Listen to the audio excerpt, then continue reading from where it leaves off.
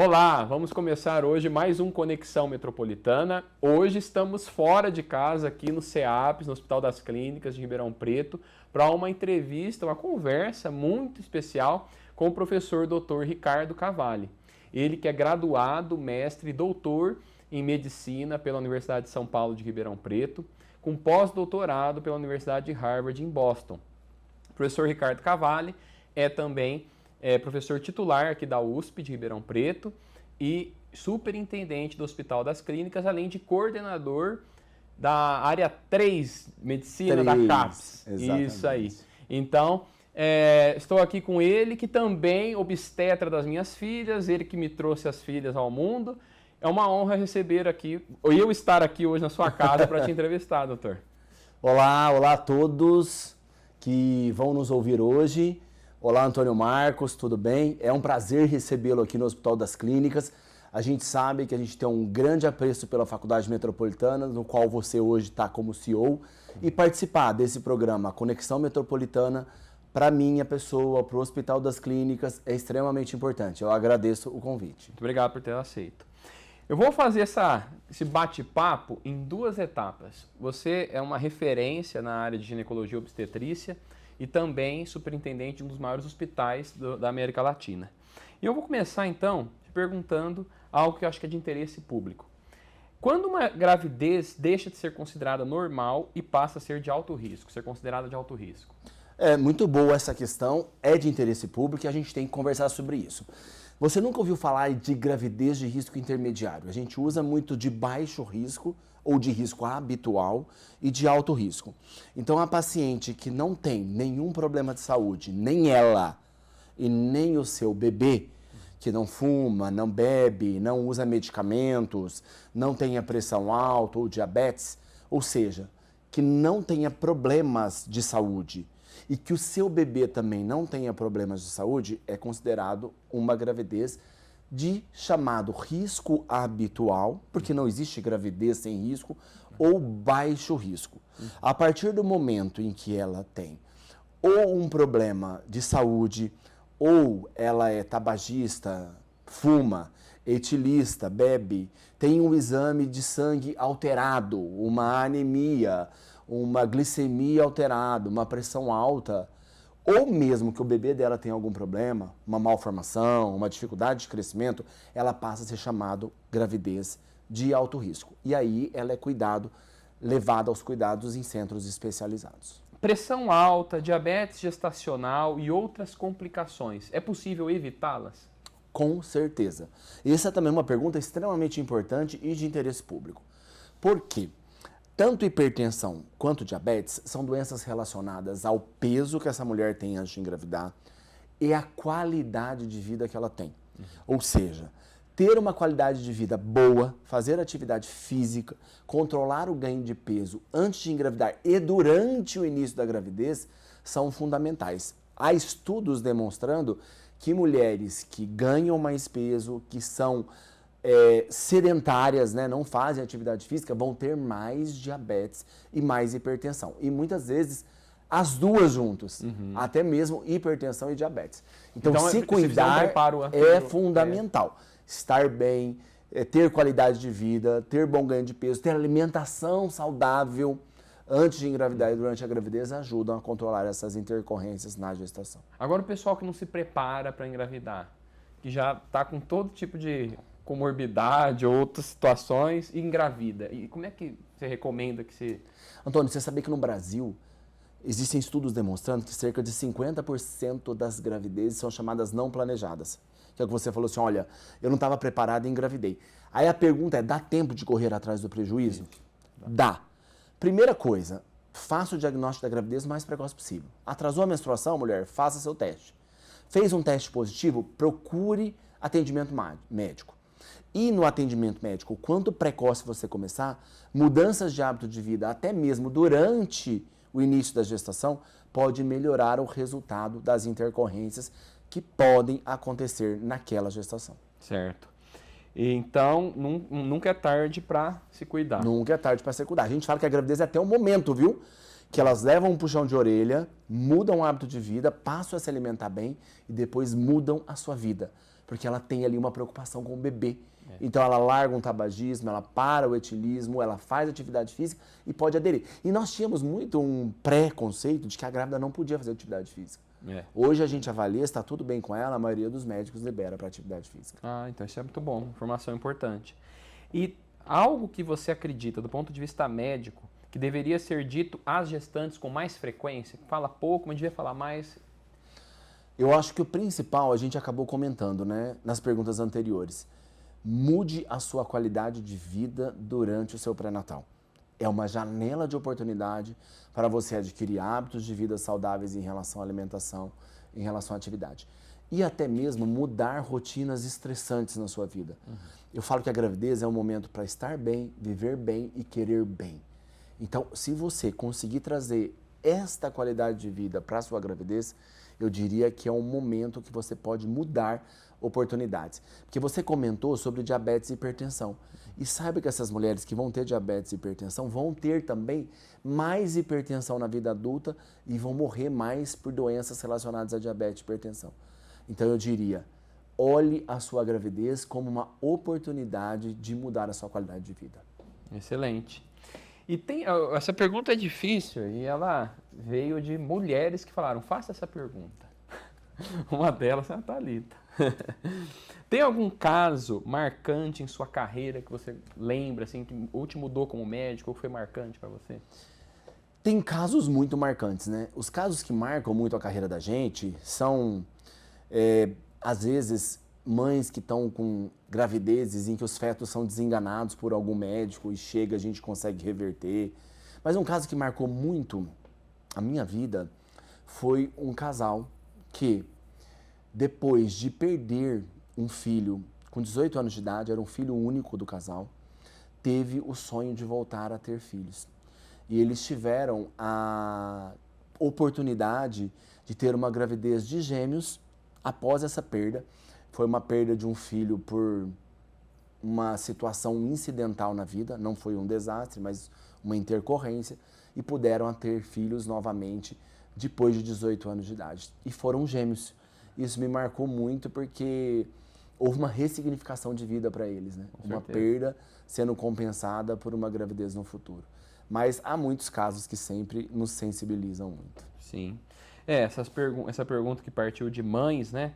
Porque elas, quando a mulher está grávida, ela escuta muitos casos assim, né? Mas às vezes quando não está, não para pensar que gravidez pode ser uma jornada tão emocionante e bonita, né? E de histórias marcantes. E você construiu uma carreira brilhante como obstetra pesquisador, como eu já disse aqui no início, e hoje lidera uma estrutura gigantesca que é o Hospital das Clínicas de Ribeirão Preto. Nós, todos aqui da nossa região, consideramos o HC um orgulho e uma necessidade para a nossa região, só que muitos não sabem o tamanho do desafio que é isso. Você poderia comentar um pouco os números do hospital? Muitas pessoas não têm dimensão do número de colaboradores, atendimentos, abrangência. Claro, o Hospital das Clínicas, hoje, né, um complexo hospitalar, né? A gente fala porque a gente fala tem o HC Campus, tem o HC Unidade de Emergência, os ambulatórios, então todo esse complexo hospitalar de atendimento em saúde, hoje, em alguns números, ele tem cerca de 9.000 colaboradores, diretos e indiretos. Ele atende cerca de 3.500 consultas por dia. Ele faz cerca de 28.000 cirurgias por ano, cirurgias internadas. E além do que, ele é responsável pelo atendimento de alta complexidade para o SUS em alguns temas muito específicos. Cirurgias de epilepsia, transplantes, cirurgias cardíacas infantis, gestação de alto risco, que a gente estava comentando. Nós temos muitos leitos de neonatologia, cirurgia fetal dentro do útero. Então, sem dúvida, são números expressivos. E nós não paramos por aí, viu, Antônio? O hospital agora incorporou 2 novas unidades ao HC, e o Hospital Estadual de Ribeirão Preto e o Hospital Santa Teresa. Então, nós crescemos mais em complexo hospitalar de saúde. E com essa vinda dessas 2 unidades para o HC, a nossa compromisso institucional com o SUS é aumentar a oferta de serviços de alta complexidade para a nossa população. Nossa. Já fora o Hospital Santa Teresa e o estadual de Ribeirão Preto, há outros hospitais também administrados? Né? Porque, na verdade, quando a gente fala em complexo de saúde, a gente fala no HC e na Fundação de Apoio. Então, esses que eu citei para você, que é o campus, a unidade de emergência, o Santa Teresa e o ERP, são do Hospital das Clínicas da Autarquia do Estado. Certo. Mas nós temos aí, nesse complexo hospitalar, o Centro de Referência da Saúde da Mulher, a Mater, nós temos o Hospital Estadual de Serrana, nós temos o Hospital Estadual de Américo Brasiliense, Hospital de Clínicas de Bauru e o AME de Taquaritinga, administrados pela FAEPA, que é a Fundação de Apoio ao Hospital das Clínicas, onde também temos alunos de graduação de medicina, alunos de outros cursos da saúde, tanto de graduação, de especialização, residência médica e de pós-graduação. É uma operação de guerra administrar isso. A coisa é grande e muito importante, né? Além de ser grande, ela impacta a vida de muitas pessoas. Estando à frente do HC e de todo esse complexo hospitalar, como você vê hoje os principais desafios para a gestão da saúde pública? Falta mais recurso, ou falta gestão, ou a burocracia lá atrapalha? O que são os desafios maiores que você enxerga hoje? Olha, os desafios são muitos. Mas eu acredito que gestão de processos e de pessoas é um grande desafio e tem muita coisa que a gente avança e resolve mudando processos, tá? Então, o desafio é maior hoje na questão de processos de trabalho, porque você mudar a cultura das pessoas, você mudar a cultura de tratamento, de atendimento e de cuidado é muito grande. Mas eu vou te provocar dizendo o seguinte, que eu tive 2 reuniões relativas a esse tema hoje. Os grandes desafios para a saúde hoje são 2. Uma saúde que vai ser incorporada ou não pela inteligência artificial, e aí até onde a inteligência artificial vai poder avançar no atendimento em saúde. Nós acabamos de sair de uma reunião sobre isso. E a outra é a agenda de sustentabilidade, nós estamos tendo a COP30, né? Sustentabilidade dentro dos hospitais. Como fazer um hospital que é sustentável, que tenha agenda da ODS e que tenha agenda voltada para meio ambiente. Nossa, porque o hospital pode ser um lugar de muito prejuízo ambiental se não for bem pensado nisso, né? Com certeza, a gente produz muito resíduo, a gente consome muita energia, equipamentos de ar-condicionado, a gente consome muita água. Então, tudo isso, trabalhando com modelos de sustentabilidade, de eficiência energética, de reciclagem, de geração de menor quantidade de resíduo, é fundamental para a gente ter uma agenda que seja amiga do meio ambiente dentro de uma estrutura hospitalar. Com certeza, é muito interessante. Você tocou num ponto da inteligência artificial. Eu tenho perguntado em todos os bate-papos sobre isso, surge esse assunto, né? A inteligência artificial, você vê que ela vai ser incorporada a um processo de teleatendimento, ou então não, dentro da prática clínica mesmo? Como que tem sido visto isso hoje? Aqui no hospital, Antônio, a gente tem um núcleo de inteligência artificial, que é o NIA. Então lá nós estamos desenvolvendo várias ações do ponto de vista de atendimento na área assistencial e ações administrativas que a inteligência artificial pode nos usar. Então hoje, por exemplo, nós já estamos desenvolvendo uma ferramenta em que o médico vai consultar uma paciente, vai conversar com essa paciente e automaticamente uma ferramenta de IA vai transformar tudo o que foi dito na consulta no registro do atendimento. Então isso vai ser possível. Então tem várias frentes, esse é um exemplo, mas vão ter frentes de teleatendimento, vão ter frentes de resultados de exame, até mesmo, Antônio, hoje tem chamado consultoria para IA. Você vai ter um caso clínico, aí você vai ter uma junta de especialistas pela IA e eles vão opinar por aquele caso, qual é o possível diagnóstico e quais exames poderiam ser solicitados. Muito interessante, muito bom. E ver que já existe um núcleo de inteligência artificial dentro de um hospital em Ribeirão Preto. Com certeza. A gente está correndo porque as coisas em ação muito rápida, né? Então a gente criou esse núcleo voltado especificamente para avaliar propostas de IA, para fazer introspecção com professores, para fazer introspecção com gestores, ver uma ferramenta, a gente avalia se ela é viável e autoriza ou não o desenvolvimento. E aí a gente vê se a gente tem exclusividade para ir buscar uma patente daquela IA que a gente desenvolveu, com aquele mecanismo, ou se aquilo já existe, a gente vai colocar em aplicação prática sem precisar de ter segurança de patente em relação àquela IA. Autoria, né? E Ribeirão Preto e região estão aguardando ansiosamente, né? A gente tem ouvido as notícias da nova unidade de emergência do HC. Já tem, como está o andamento disso? Tem previsão para início de atividades? Como é que está? É extremamente importante essa colocação, né? As pessoas se encontram comigo e falam assim, Ricardo, é verdade a nova unidade de emergência, né? Aí eu digo, sim, é verdade. Ela foi desenvolvida em 2 fases. A chamada fase 1, que é uma obra que vai ser concluída em janeiro, ela envolve toda a infraestrutura. Então, ela já foi concluída 80%. E a fase 2, que é a fase para terminar e ter o hospital pronto, vamos falar para a nossa população, o hospital pronto, vai ser licitada agora no dia 8 de dezembro e a promessa de entrega das primeiras unidades hospitalares funcionando é no final de 2027. 2 anos, daqui a 2 anos ter unidade funcionando.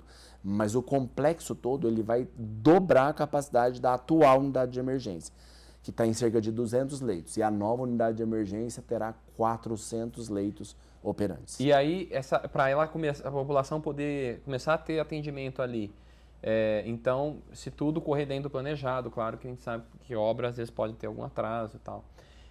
É possível, então, que em final de 2027, início de 2028, já comecemos... Perfeito, isso mesmo. A gente prevê, porque quando você vai fazer o hospital, né, primeiro você constrói a ala de atendimento de urgência e emergência, depois as enfermarias, onde os doentes ficam por mais tempo internados.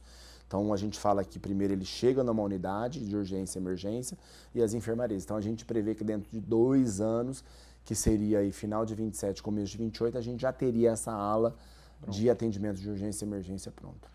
Nossa, isso aí vai revolucionar o atendimento regional aqui de saúde, né? Porque... Com certeza. E ela está localizada num local estratégico em Ribeirão Preto, que é o final da Independência, ali com a Lígia Latuf Salomão, perto do Mercadão da cidade.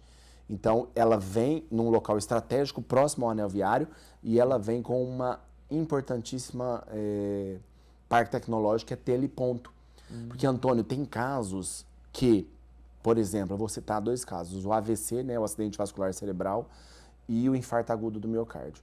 Quanto menor o tempo entre você identificar esse doente e levar ele para a emergência e já intervir, fazer lá um cateterismo no coração desse doente, colocar um stent lá no caso dessa pessoa que teve um AVC, melhor é o resultado para ele a longo prazo, para não ter sequela de um infarto, né? Que a gente tanto vê aí falar, pessoas que infartam e fulminamente perdem a vida por não ter tido tempo hábil do atendimento.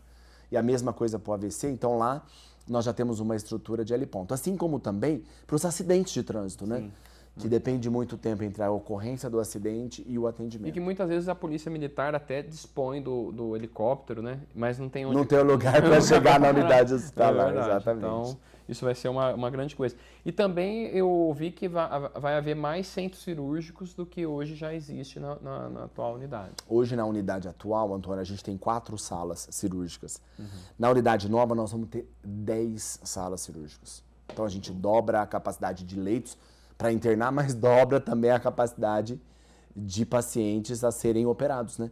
Porque você tem que pensar todo na máquina. Então, a gente vai dobrar a capacidade de exames de imagem, dobrar leitos de CTI, de terapia intensiva, pessoal. A gente vai ter o dobro do número de leitos de terapia intensiva, salas cirúrgicas e também de enfermarias. Isso muda tanto a prática de quem já está internado no hospital, ter mais centros cirúrgicos para atendimento mais rápido, como também de quem está tentando conseguir uma vaga pelo SUS, né? Com certeza. O nosso compromisso é com o SUS e nesse modelo de dobrar a capacidade, muitas vezes nós não vamos ter aí essa questão do doente estar esperando lá na ponta e a ausência de uma vaga num sistema de alta complexidade, que é a unidade de emergência. Isso aí. Mas as mudanças não estão só por esse projeto, né? Eu conheço bem aqui o Hospital das Clínicas e a gente vê um hospital cada dia mais... Tá mudando aqui. Faz uns 2, 3 anos que eu tenho notado que o hospital está se transformando. Quais são os planos e os projetos que estão sendo aplicados aqui no campus, na unidade do campus? É muito bom essa questão. Primeiro, a gente está trabalhando com revitalização de todas as áreas. Um hospital, Antônio, ele não pode parar, né, de sempre estar se revitalizando, porque a dimensão dele é muito grande, então a gente tem que estar revitalizando. Então a gente está revitalizando várias áreas de enfermaria, revitalizando salas de centro cirúrgico, ambulatório. Hoje o nosso ambulatório que não tinha ar-condicionado, tem ar-condicionado, Ribeirão Preto é uma cidade muito cara. Nós estamos também avançando com projetos que eu disse para você de eficiência energética. Nós vamos ter um projeto agora que nós vamos ter dentro do Hospital das Clínicas a maior usina fotovoltaica hospitalar de hospitais públicos do Brasil. É uma usina fotovoltaica com uma alta capacidade de produção de energia. E também estamos muito atentos à questão de melhorar o ambiente. Muitas vezes as pessoas acham que vão num hospital, ele é cinza, né? Então o hospital precisa ter cor, ele precisa ter solários, lugares humanizados. Então, além de trabalhar as questões de tecnologias de ponta, a gente também está trabalhando para um hospital mais humanizado. Porque quanto mais humanizado o hospital, melhor a resposta do doente ao seu tratamento. E vocês fizeram uma obra linda ali no paredão do lateral do hospital, né? Que a gente, quando estava vindo para cá, minha equipe e eu, nós vimos ali, eu estava comentando com eles. Foi feito até com parceria com a iniciativa privada. Foi totalmente iniciativa privada. Nós fomos ao mercado, obtivemos doações. Aí nós tínhamos até a opção de contratar artistas renomados, né? Mas contratamos um artista local, também renomado, valorizamos o artista local e conseguimos implementar e entregar uma obra que deu um significado diferente para o hospital. As pessoas falam que ficou a parede instagrammável do hospital, né? Onde as pessoas tiram foto de Instagram e postam, né? Instagramável.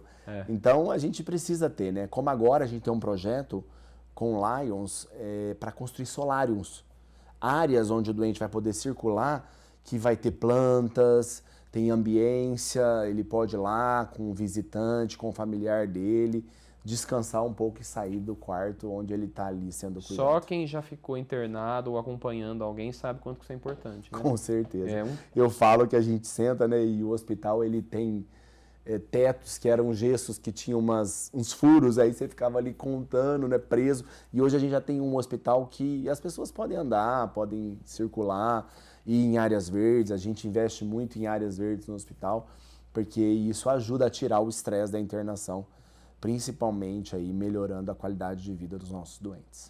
E uma outra coisa que você não citou aí dentro de tudo que você está fazendo à frente do HC, mas que eu aproveito a oportunidade aqui para parabenizar, eu acho que isso é muito louvável, que é aproximar o hospital da população do ponto de vista de comunicação, né? Você tem aberto as portas do HC para a população conhecer mais o trabalho que vem sendo feito e conhecer até os médicos, as pesquisas que vêm sendo feitas aqui pelo quadro que você criou, o HC Fala Com Você, né? Como a gente tem Conexão Metropolitana, o HC Fala Com Você, eu acho que é uma incrível oportunidade. Outro dia vocês estavam falando sobre a separação das gêmeas siamesas, super interessante, e até então o HC era, como todos os hospitais, muito fechado, não tinha essa abertura toda que a população hoje tem, e eu deixo aqui, registro meus parabéns por essa iniciativa. Muito obrigado. A gente sempre pede para o profissional que está sendo entrevistado, como a gente é uma instituição de formação, a gente pede um conselho que você daria para os estudantes de medicina hoje ou das áreas de saúde, aqueles que estão começando a vida. O que você deixa de conselho para que eles possam se desenvolver e chegar a grandes patamares profissionais? Bem, é excelente essa questão. E o meu conselho, um conselho que eu faço para as minhas filhas, tá? Seja diferente, não seja o mesmo. Existem muitas instituições de ensino, muitas instituições muito boas, mas a gente sabe que aquela pessoa que se diferencia, que busca mais, que pensa longe, é aquela que vai se destacar. E eu acho que nós não podemos ser mais dos mesmos. Então, se diferencie, busque coisas novas, se dedique à sua carreira, seja um profissional envolvido, ético e dedicado. Isso traz diferença para o seu sucesso. E como é que você tem visto os jovens atuando na medicina hoje? Os jovens, às vezes a gente tem vontade de puxar a orelha deles, né? O jovem vai, ele se esquece, ele está olhando o celular, ele não olha na cara do doente, ele consulta o doente sem uma humanização, sem questões. Então, tenha envolvimento. Os doentes são pessoas que precisam de atenção. Olhem para os seus doentes, se envolvam com eles. Saiba que o que eles passaram, um dia você pode passar. né? A gente tem que ter a experiência de muita coisa para adquirir maturidade e se envolver. Porque quando a pessoa está te procurando, é porque ela precisa. E se ela precisa, a gente precisa dedicar um tempo para essa pessoa, para que ela tenha um cuidado especial. Então, sejam éticos, sejam envolvidos e sejam dedicados no atendimento dos seus pacientes. Eu queria também aproveitar para te perguntar um pouco da questão da pesquisa na área médica, porque você como coordenador lá na CAPES, o que você vê que é um desafio de aproximar a pesquisa à prática clínica? Bem, a área que eu trabalho lá na CAPES, né, é a área de medicina cirúrgica, eles falam, né? Que é a cirurgia, ginecologia, anestesia, etc e tal. Hoje, Antônio, eu acho que a gente tem que trabalhar muito com a chamada pesquisa translacional. A gente faz uma pesquisa básica, mas aplicada ao doente. Por muito tempo, eu conversei já com os pesquisadores e que ficavam em laboratórios fazendo pesquisas animais, em células. Tem do louvor, mas hoje eles querem muito desenvolver a pesquisa com um processo aplicado já à doença. Então, você citou hipertensão, que é a minha linha de atuação. Eu vou lá fazer pesquisa clínica com essas pacientes que têm pressão alta, mas ao mesmo tempo linkar ou fazer uma associação, vamos dizer assim, dessa pesquisa com algo básico. Então, eu consigo trazer resultados mais imediatos. Então, a conversa entre a pesquisa básica e a pesquisa clínica, ela potencializa com que o resultado chegue mais rápido ao doente. Então, fazendo só a clínica ou fazendo só a básica, parece que elas não se conversam. Quando você conversa o básico com o clínico, você potencializa o resultado das suas pesquisas. É isso aí. Bom, doutor, eu queria agradecer muito a sua participação aqui hoje, nesse mais um Conexão Metropolitana. Acho que nós levamos muita informação de utilidade pública, mostramos um pouco mais do HC também, e esperamos que esse episódio atinja muitos espectadores, porque eu tenho certeza que vão gostar desse conteúdo. Não, muito obrigado, foi muito prazeroso conversar com você aqui. Parabéns por toda essa liderança junto à Faculdades Metropolitanas e ao programa também. E vamos chamar já, deixar um spoiler, que ele vai ser convidado com outra pessoa, que nós não vamos contar o nome, para falar um pouco sobre educação no Brasil, aqui no HC Fala com você. Muito obrigado, Antônio, e um grande abraço. Obrigado, Ricardo. E esse foi mais um episódio do Conexão Metropolitana. Até logo.